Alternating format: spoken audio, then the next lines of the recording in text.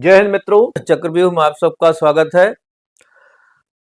आज मैं बात करूंगा ब्राजील में G20 शिखर सम्मेलन हो रहा है, क्या कुछ हुआ है इस पर चर्चा करूंगा। प्रधानमंत्री नरेंद्र मोदी ब्राजील के दौरे पर है, वो भी शिखर सम्मेलन में गए हुए हैं और सोमवार को वह रियो डी जेनेरियो जो ब्राजील में पड़ता है, ब्राजील में जो G20 शिखर सम्मेलन हो रहा है रियो डी जेनेरियो में, वो सम्मेलन में भाग ले रहे हैं। प्रधानमंत्री अपनी 3 देशों की विदेश यात्रा पर निकले हुए हैं। ये दूसरा चरण है। शिखर सम्मेलन के लिए वो ब्राजील गए हैं और प्रधानमंत्री मोदी 16 से 21 नवंबर तक नाइजीरिया, ब्राजील, गुयाना ऐसे कई देशों में जाएंगे। 5 दिन का उनका कार्यक्रम है। प्रधानमंत्री जी नाइजीरिया की यात्रा के बाद वो पहुंचे हुए हैं ब्राजील और उसके बाद उनका गुयाना और देशों में जाने का कार्यक्रम है। G20 शिखर सम्मेलन पिछले वर्ष भारत में हुआ था, बड़ा ऐतिहासिक सम्मेलन हुआ था और कई महीनों तक ये सम्मेलन पहले से ही चलता रहा और भारत के विभिन्न मेट्रो सिटीज में अलग अलग प्रकार से अलग अलग थीम पर ये किया गया था उस दौरान। अब ब्राजील में क्या हो रहा है, तो ब्राजील की अपनी तैयारी है, लेकिन ब्राजील के इस सम्मेलन में बैठक के शुरुआत में ही कुछ मुद्दों पर संदेह जताया गया था। बुधवार को औपचारिक रूप से इसकी जो है आज समाप्ति हो रही है और इस 3 दिवसीय बैठक की जो शुरुआत हुई थी उसी समय कुछ विशेषज्ञों ने, कुछ डिप्लोमेट्स ने, कुछ इंटरनेशनल रिलेशन के जो विशेषज्ञ हैं, उन्होंने ये संदेह जताया था कि ब्राजील के राष्ट्रपति जी लुइस इनासियो डिसिल्वा साहब जो हैं, लुला डिसिल्वा साहब, वो अमेरिका में जो अभी चुनाव हुआ है और राष्ट्रपति डोनाल्ड ट्रंप जीत करके आए हैं, दूसरे कार्यकाल में उनके प्रशासन को लेके बहुत सारी चीजें, बहुत सारी खबरें आ रही, बहुत सारी अनिश्चितता का भी दौर है और पश्चिम एशिया में जो यूक्रेन में संकट चल रहा है युद्ध के कारण, वैश्विक तनाव है, इस प्रकार के जो मुद्दे हैं, मिडिल ईस्ट में जो कुछ हो रहा है, इसकी कहीं काली छाया इस सम्मेलन में ना पड़े, ये कहीं सम्मेलन इन मुद्दों से प्रभावित ना हो, ये डर था, ये संभावनाएं थी, ये संदेह जताया गया था और लोगों को लगता था कि इस सम्मेलन में तमाम देशों के नेता एकत्रित हुए हैं, वो किसी समझौते पर पहुंच भी पाएंगे या नहीं पहुंच पाएंगे। लेकिन कुल मिला के देखा जाए तो काफी कुछ ठीक रहा है और आशा के अनुकूल परिणाम निकलने की उम्मीद भी की जा रही है। प्रधानमंत्री मोदी जी ने क्या कहा है, ये बहुत महत्वपूर्ण है। प्रधानमंत्री मोदी जी ने ग्लोबल साउथ की बात की है, ग्लोबल साउथ की आवाज उन्होंने बुलंद किया है। मैं ग्लोबल साउथ को विशेष रूप से लेकर के पहले भी कई वीडियो बना चुका हूं कि आने वाले समय में ग्लोबल साउथ एक बड़ा मुद्दा भी है, एक बड़ी संभावनाएं लेकर आ रहा है और वो न्यू वर्ल्ड ऑर्डर के लिए भी चर्चित है, जाना जा रहा है। प्रधानमंत्री मोदी ने G20 समिट में संबोधित करते हुए उन्होंने कहा है कि वैश्विक संघर्षों की वजह से भोजन हो, ईंधन हो या उर्वरक हो, ऐसे बहुत सारी चीजों का संकट खड़ा हो गया है और जिससे ग्लोबल साउथ के देश बुरी तरह से प्रभावित हुए हैं।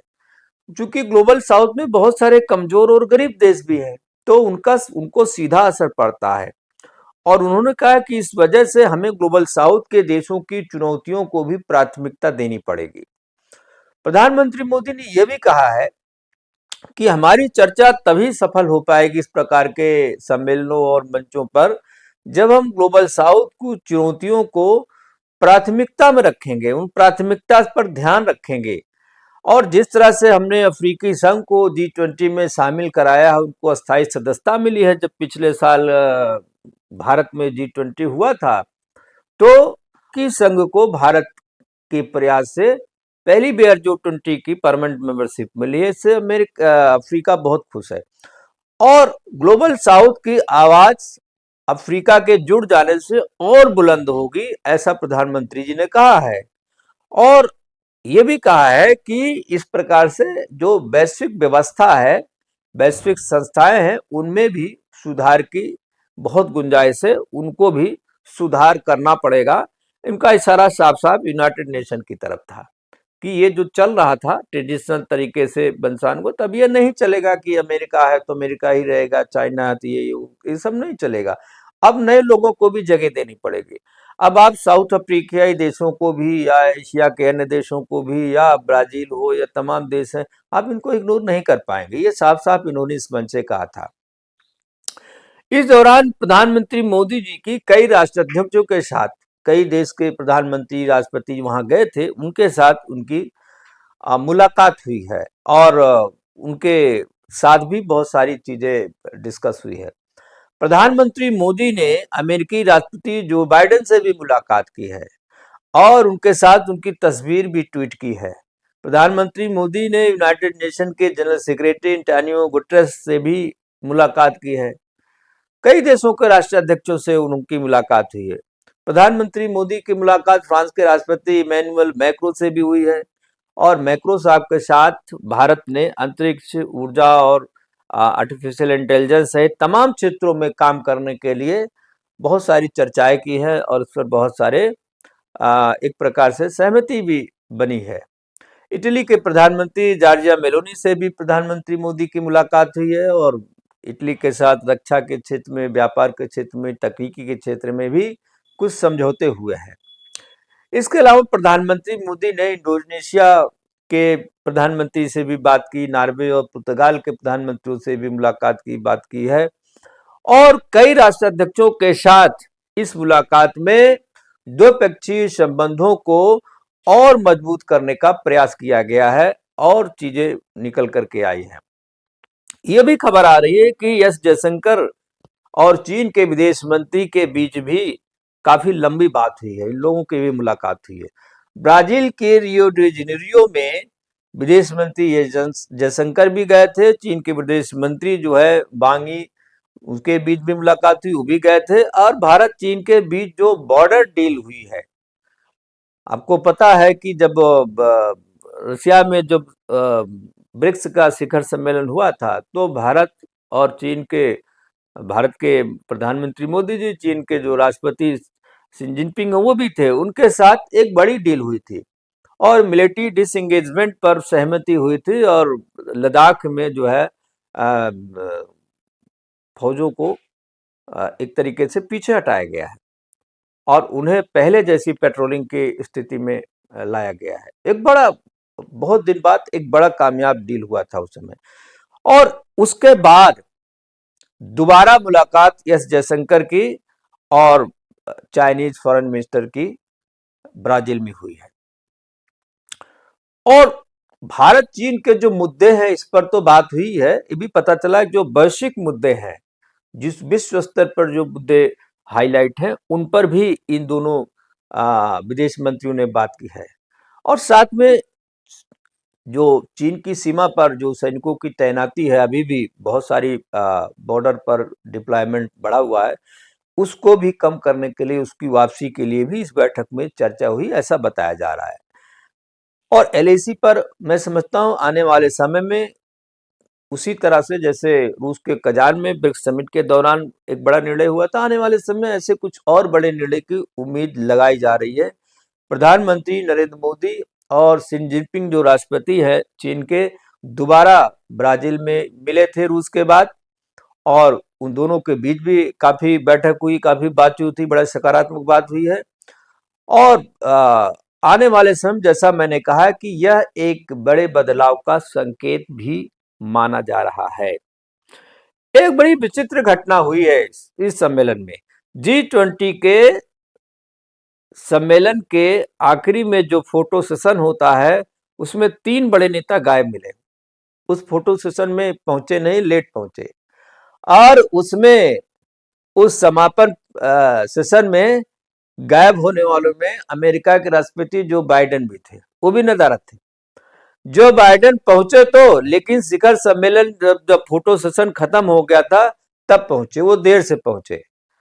और उनके बिना ही फोटो सेशन हो गया। अब उनकी कदर आप इस तरीके से अमेरिका की पूरी थू थू कराने पे तुले हुए हैं, उनकी उनकी छीछा लेदर तो हो ही रही है। ये अमेरिका के ब्राजील, ये एक एक समय था वो अमेरिका का ही क्षेत्र माना जाता था, दक्षिण अमेरिका में था। यानी ब्राजील ने पूरी तरह से जो बाइडेन को दरकिनार कर दिया। जो बाइडेन अमेरिका के राष्ट्रपति के बिना फोटो सेशन होना एक बड़ी बात है यहाँ पर।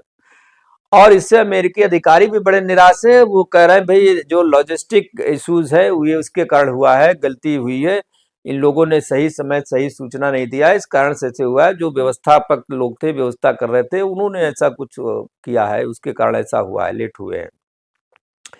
बहरहाल वैश्विक मंच पर बाइडेन के साथ ऐसा सलूक होगा इसकी संभावना तो नहीं थी, लेकिन ये हुआ है। अभी हाल के चुनाव में उनकी पार्टी हार गई थी, वहां ट्रंप साहब जीते हुए हैं और जनवरी से ट्रंप साहब जो है व्हाइट हाउस पहुंचने वाले हैं, वो कार्यभार संभाल लेंगे। अब उनका जो बचा खुचा दिन है वो इसी तरह से तिरस्कार में ही गुजरने वाला है। और इस फोटो सेशन में बाइडेन के बाद दो और नेता लेट हुए। एक तो ट्रूडो साहब थे और मेलोनी साहब, जो मेलोनी मैडम है, जो इटली की प्रधानमंत्री। ट्रूडो ट्रूडो ट्रूडो ट्रूडो की बात आती बड़ी हंसी छूटती है। ये कनाडा की थू थू करा रहे हैं, कनाडा के लोग भी इनसे परेशान हैं। और ये साहब भी अपने सूट बूट में पहुंचे तो, लेकिन विलंब से पहुंचे और फोटो सेशन से बाहर हो गए, और किसी कारण से मेलोनी भी नहीं पहुंच पाई थी। तो इनके बिना ही सभी नेता अपने फोटो सेशन करा करके अपने अपने घर रवाना हो गए। अब यहाँ पर है कि लास्ट में है कि जो एक ज्वाइंट जो प्रेस कॉन्फ्रेंस हुआ था, संयुक्त वक्तव्य जो जारी हुआ था, उसमें कहा गया कि पूरी तरह से सर्वसम्मति नहीं बन पाई थी। और इस संयुक्त वक्तव्य को समूह के सदस्यों ने समर्थन तो किया है, लेकिन इस पर पूर्ण सहमति थी इसके लेकर के अभी भी बहुत चीजें निकल के आ रही कि सब इससे सहमत नहीं, तमाम मुद्दों पर सब लोग सहमत नहीं थे कुल मिला के। खास तौर से भविष्य में अरबपतियों पर जो वैश्विक कर लगाने की बात है, संयुक्त राष्ट्र संघ में जो अस्थायी सदस्यता की बात है, उसकी संख्या बढ़ाने की बात है, विस्तार की अनुमति देने की बात है, और सुधारों का जो तमाम मुद्दे हैं कि किस तरह से संयुक्त राष्ट्र संघ में और चीजें सुधार किया जाए और रिफॉर्म किया जाए यूनाइटेड नेशन को। तो ये सब चीजों में कुछ चीजें ऐसी हैं जिस पर अभी पूरी तरह से सहमति नहीं बन पाई है। और ये G20 घोषणा पत्र, संयुक्त घोषणा पत्र जारी करने के बाद औपचारिक रूप से इस सम्मेलन को समाप्त घोषित कर दिया गया। इस सम्मेलन में G20 देशों के अलावा कई अतिथि देशों के राष्ट्राध्यक्ष भी शामिल हुए थे। जैसा होता है, लोग इनवाइटी होते हैं, उनको बुलाया गया था। और भारत के प्रतिनिधिमंडल की अगुवाई खुद प्रधानमंत्री नरेंद्र मोदी जी कर रहे थे। ब्राजील की घोषणा पत्र में भुखमरी से लड़ने की बात हो, वैश्विक अन्य प्रकार के समझौते हों, युद्धग्रस्त जो गाजा को और सहायता देने की बात हो, या पश्चिम एशिया में यूक्रेन में जो युद्ध चल रहा है उसको रुकवाने की बात हो, शत्रुता को समाप्त करने की बात हो, इसके लिए भी बड़ा आह्वान किया गया, इसके लिए बड़ी बड़ी बातें की गई हैं। लेकिन आगे चल के इसका क्या इम्प्लीमेंट होता है कहना मुश्किल है। ब्राजील के बाद फिलहाल प्रधानमंत्री मोदी जी गुयाना के दौरे पर निकल गए हैं। अब ब्राजील से मोदी राष्ट्रपति मोहम्मद इरफान अली के निमंत्रण पर वहां गए हैं गुयाना में। और संभवतः गुयाना में 50 वर्षों से अधिक समय हो गया है कोई प्रधानमंत्री भारत का गया नहीं था। प्रधानमंत्री मोदी जी जा रहे हैं, तो इससे गुयाना के बीच और अफ्रीकी देशों में, अभी नाइजीरिया भी गए थे, तो इन देशों में, अफ्रीकी देशों में अब प्रधानमंत्री जी का और जो ये प्रयास है, इससे भारत की स्थिति बहुत मजबूत होगी। भारत साउथ अफ्रीकी देशों के बहुत करीब आ रहा है। जब से G20 में मेंबरशिप भारत ने दिलाया है, भारत के साथ दक्षिण अफ्रीकी देश पूरी तरह से लामबंद होकर के खड़े हैं। और भारत और कुछ एशियाई देश और अफ्रीकी देश मिलाकर के यूनाइटेड नेशन को रिफॉर्म करने पर तुले हुए। आने वाले समय में इस पर भी कुछ बड़ा परिवर्तन देखने को मिल सकता है। इसी के साथ इस वीडियो को आज विराम देते हैं, कल फिर किसी नए वीडियो के साथ आएंगे। आप चैनल को सब्सक्राइब करें, शेयर करें, लाइक करें और पूरा वीडियो देखना ना भूलें। बहुत बहुत धन्यवाद। नमस्कार, जय हिंद।